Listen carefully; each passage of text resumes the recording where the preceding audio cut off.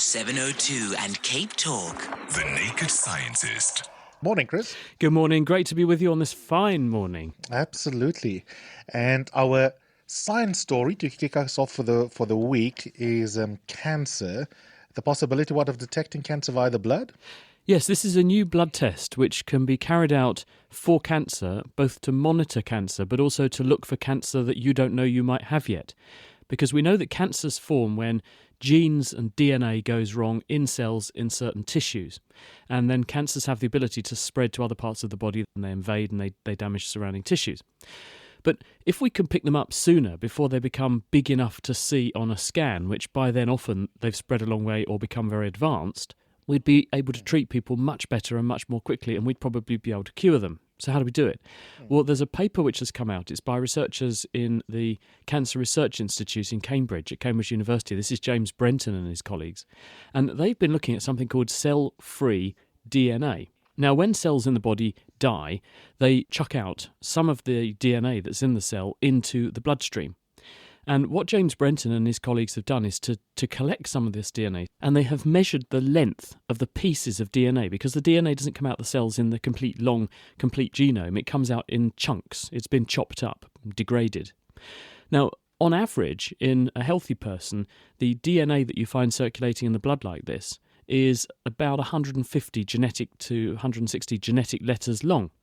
But if you look at DNA sequences from cancer cells, much shorter. Under 150, maybe 90 genetic letters long, each little piece. So what they're saying is, if we take a blood sample from somebody, we collect the DNA fragments, and then we collect just the ones that are very short and read their sequence, we have a very, very sensitive test that's maybe 10 times more sensitive than existing tests for cancers. And because of certain cancers having certain genetic messages, it can almost pinpoint where in the body those messages have come from. So it gives you somewhere to look. So you can both screen for cancers, but you can also screen for a person's response to treatment, and you can also screen for whether a person might be having a recurrence of cancer. So very exciting, very cheap, very easy to do, and now out there in the public domain, so anyone could start to do this. Stunning. Paul, good morning to you. Thanks so much for calling in. Hi, Eusebius and Chris. Okay, when you're lying in bed and your ear is facing the sky, you hear a sound, you can detect it's coming from the north or the south or the east. And when you're standing up and you hear a sound, you can detect it's coming from the same. What I want to know is, sound waves are traveling in a straight line. They enter your ear canal. Is it where they hit the eardrum that tells your brain which direction that sound's coming from? Hello, Paul. What a wonderful question. I guess you're listening on the radio. And actually, if you've got two speakers, then the sounds from the speakers will be arriving at your ears at slightly different times. And the brain has a very clever mechanism which can deduct how quickly sounds arrive at one ear and the equivalent sound arrives at the other ear, and by subtracting the signal from one to the other, it can work out therefore what the latency is. Because sound travels at the same speed to getting to one ear or the other, it's going to arrive slightly later at one ear compared to the other unless you're looking straight at it, and therefore your brain can tell that the time difference between the two ears must correspond to how much to turn your head in one direction or the other to work out where the sound is coming from.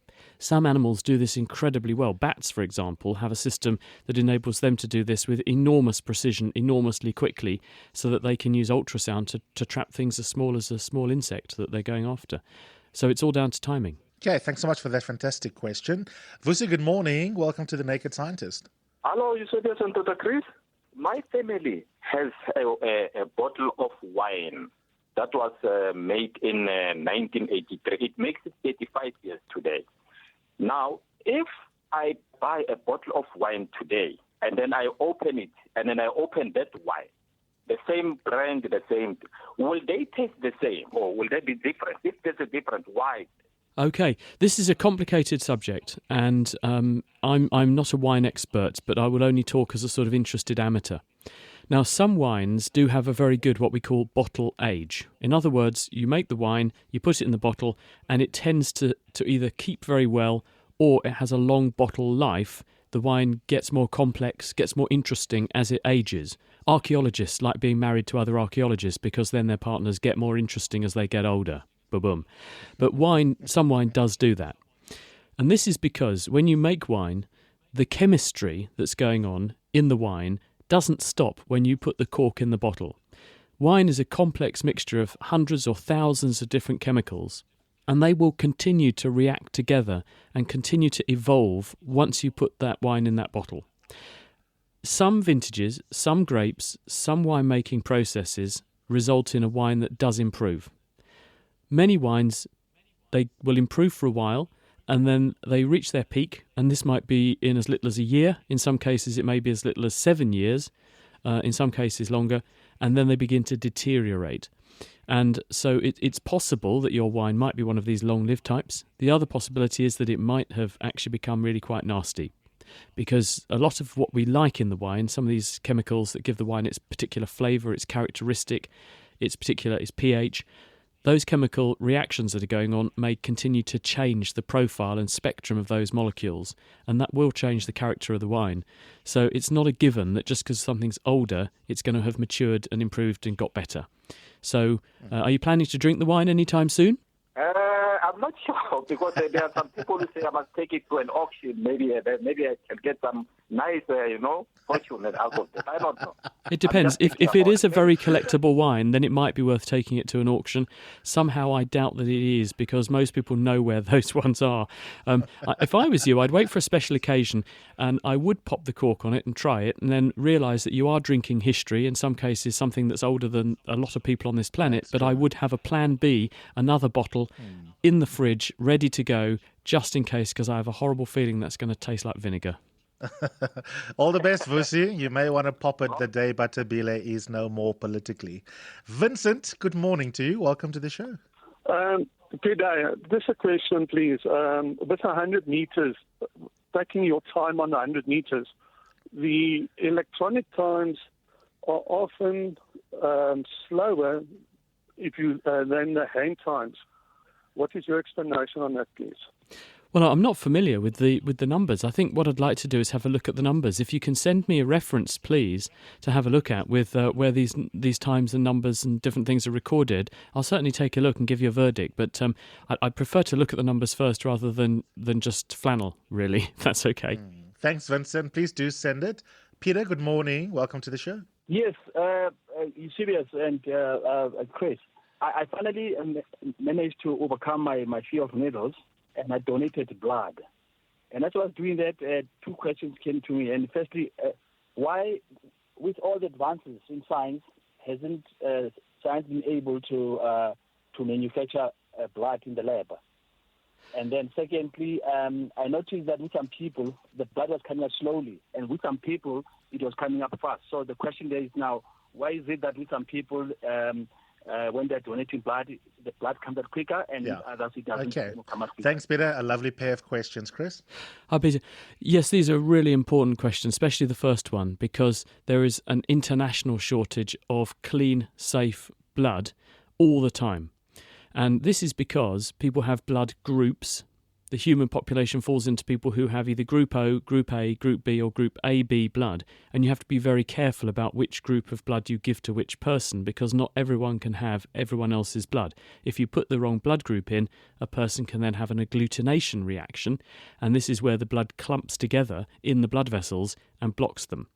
The only blood group that you can give to everybody safely is Group O negative blood, and they make up fewer than 15% of the population. So there's a heavy reliance on a small minority of the population to be the universal donors.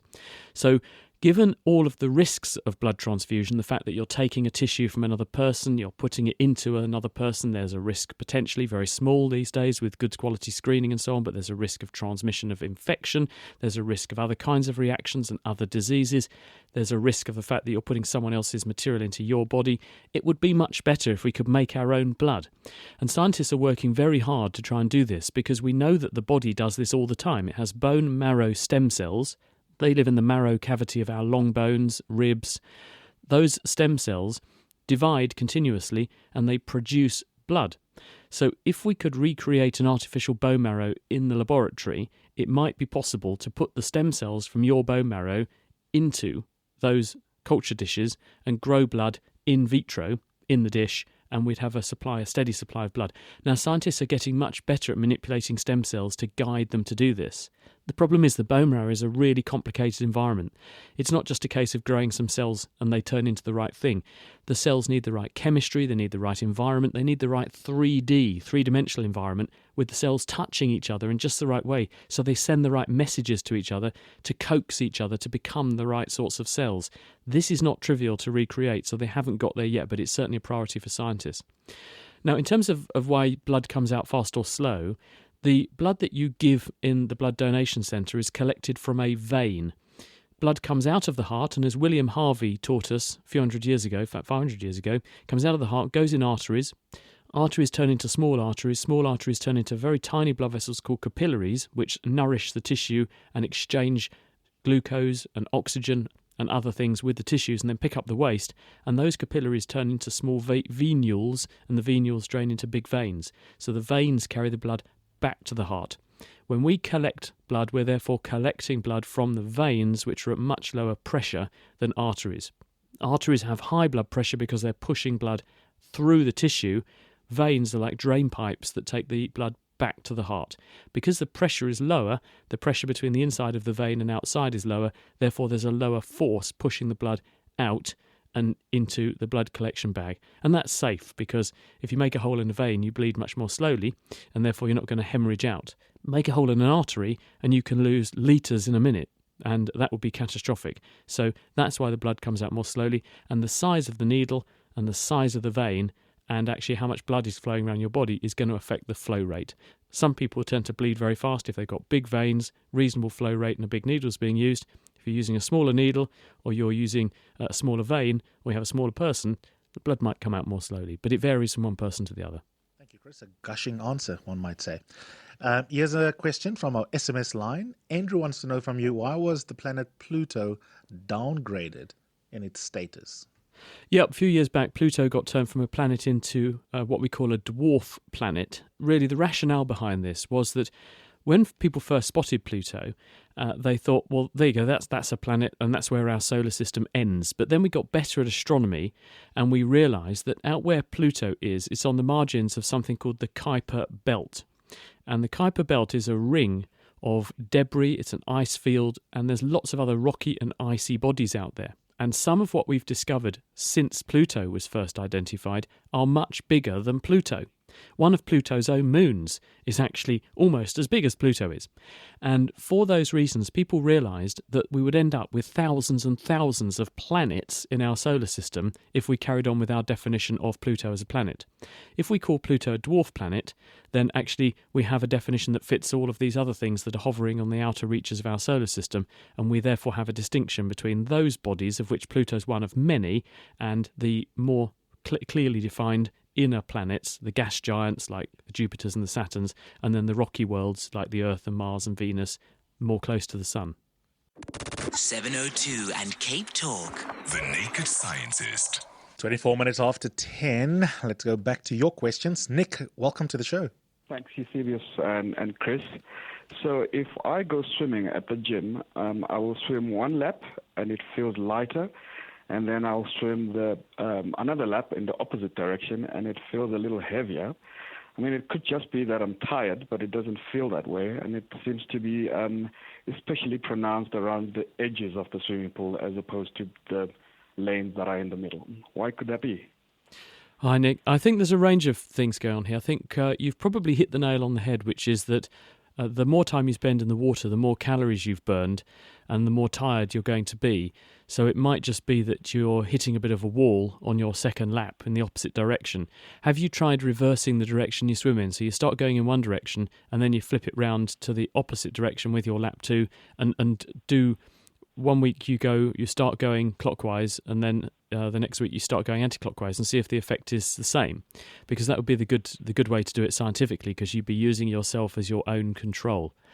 There is probably a healthy element of psychology to this, which is part of it as well, and there is actually evidence that some animals, racehorses particularly, like to run in certain directions. They perform better going clockwise or anti-clockwise. And this is because they have a preferred leg. And it might be that your preferred side means that you tend to swim better when you're going one direction and turning. Because if you're turning, you've got to do a bit more work with one side of your body than the other. So if you're turning using your preferred side of the body to do the extra work, then you're going to find that easier than if you're using your less preferred side of your body. So I think there's a range of factors. One could be tiredness, a bit of psychology, and also the fact that you will have a preferred side to your body, a stronger side. And that may be part of the equation as well. I would do the experiment on yourself, though, and switch it one to the other week on week and see if the same effect applies. Thank you, Nick. Will do. Thanks. Come back to us in a couple of weeks. You'll also be fitter. Tracy. You don't know how fit he is at the moment. He sounds pretty good. He goes to the gym. That's true. Monica, good morning to you. Hello. Welcome to the show, Monica. What is your question? Good morning. I'm glad I'm through. Please ask Chris, when a tick bites into a human skin or flesh, does it first suck the blood or does it spew out its poison? I'm asking this because I was bitten by a tick several times, and that the area around that skin is always dead for months on end. It's septic and it dies. So the lesion around the bite area goes wider and wider. It spreads wider. Okay, interesting that you get that, Chris. Yes, I did. And ticks are a big problem because they spread diseases. They can spread bacterial infections. They can also spread viral infections, and so that's why we're worried about them. These are tiny animals. They're very similar, or in the same family actually, as spiders. And there are lots of different tick species that tend to favour different animals. There are ticks that favour big animals, ticks that favour smaller animals, and humans can incidentally become victims because we go into environments where the animals that the ticks normally live on have dropped their ticks, and then those ticks climb onto us thinking it's one of their preferred animals. They tend to go for the warm bits, so they climb up your legs, and they often go, right at the top of your legs or somewhere where it's relatively protected, because the tick's modus operandi is it bites through the skin. But the skin is an outer defensive layer that has no access to nutrients, but the tick is going through the skin to where the blood vessels are in your dermis, and once it gets into those blood vessels, it nips a hole in the blood vessel and it then begins to draw blood from that blood vessel. To facilitate the drawing of blood, it squirts out some saliva, and the saliva of the tick does several things. One, it stops you noticing the tick because it helps to stop the nerve cells working so well, and two, it stops your blood clotting inside the tick, which the tick needs that to happen so it can continue to drink, and it also means that you don't notice the tick is there. It's sort of anaesthetising you so that you don't brush it off until it's had a chance to finish feeding. Now, the problem is that living on the tick are various bacteria and viruses, and because the tick is making a hole in you and breaking down your defences, and then it's injecting something off its mouth parts into you, whatever it's carrying go into you. Now, many of these things are not very pathogenic, and we can deal with them locally with our immune response. Some of them can be nasty, and things like Lyme disease, which is a bacterial infection called Borrelia burgdorferi, can be quite serious. So you have to be quite careful with ticks, and don't pull them off. If you're not careful, you can actually detach the mouth parts and leave the mouth part in you, and that can then become nasty and septic and turn into an abscess in the skin. So remove with caution, but the tick is definitely injecting you with something to facilitate it drinking your blood. They're nasty critters. Chris, thank you so much for sharing your wisdom and knowledge with us. We'll do it again next week. Have a lovely 7 days ahead. I'm already looking forward to it. Thanks, everyone. Thanks for the questions. See you soon.